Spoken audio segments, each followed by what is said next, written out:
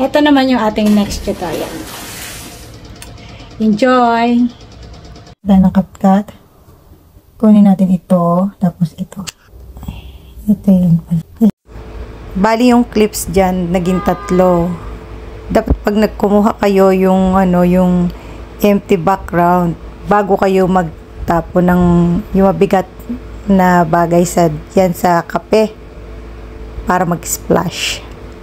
So, timing nyo yung magandang splash sa unahan.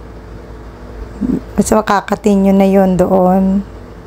Kasi makikita yung ice na tinapon eh. Yun doon kayo magkakat. Tapos yung second clip, overlay natin yung ikaw na tatalon. Overlay natin habang naka-highlights, i-ano nyo na rin, remove BG nyo na rin. So hanggang hindi nag-green ha, i-check nyo yung white after nung green, check. Ayan, i-adjust nyo na lang. I-timing nyo.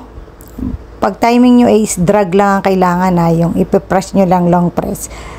Timing nyo yung pagtalon, natatalon kayo na biglang nagkaroon ng splash.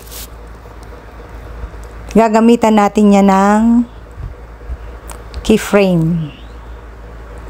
Kasi pagtalon ay kita pa rin yung ulo. So, kailangan niyang lumubog sa loob ng tasa.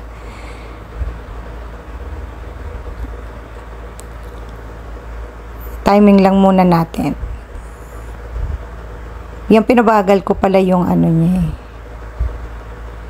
yung splash para maganda. Yan, ikatan natin sa dulo para linis na. Maglalagay na tayo ng keyframe. Lagay tayo dyan sa dulo pero inalis ko rin yan kasi nagbabounce siya. So, tapos itong unahan, yan. Tapos adjust nyo yan, yung inyong clip, yung white line na yan. I-move nyo yan. Habang minumove nyo, ipababa nyo siya. So, habang ina-adjust nyo pababa yung kayo na tumalon, palubog, nagkakaroon siya automatic ng keyframe. Yung diamond na red, yan, keyframe tawag dyan. Sa mga bago, keyframe yan. So, palubog. Pwede naman dyan ilan lang keyframe na biglang lubog. Kaso, nag-bounce kasi yung dulo. Di ko alam bakit nag-bounce yan. Inalis ko na lang yung keyframe na yan sa dulo. So, check natin. Yan. Ngayon, kita, no? Kita nyo siya.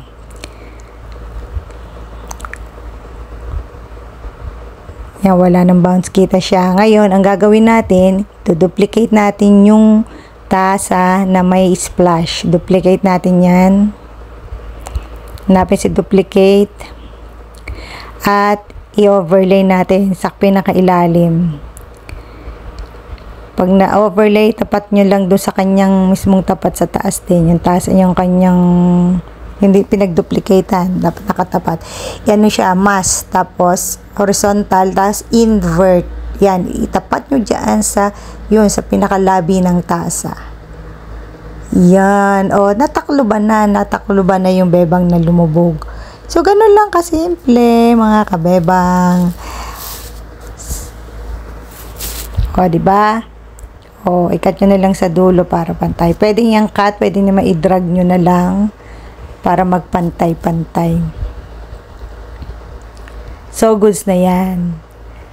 Ready to export na. Ayan, pwede nyo lagyan ng sounds. Yung splash, diyan ko na lang nilagyan ng sounds. Diyan na lang ako naghahanap ng sounds para may dating, hindi yung katahitahimik naman. Lagay nyo na lang sa favorite nyo para madali kayong makahanap.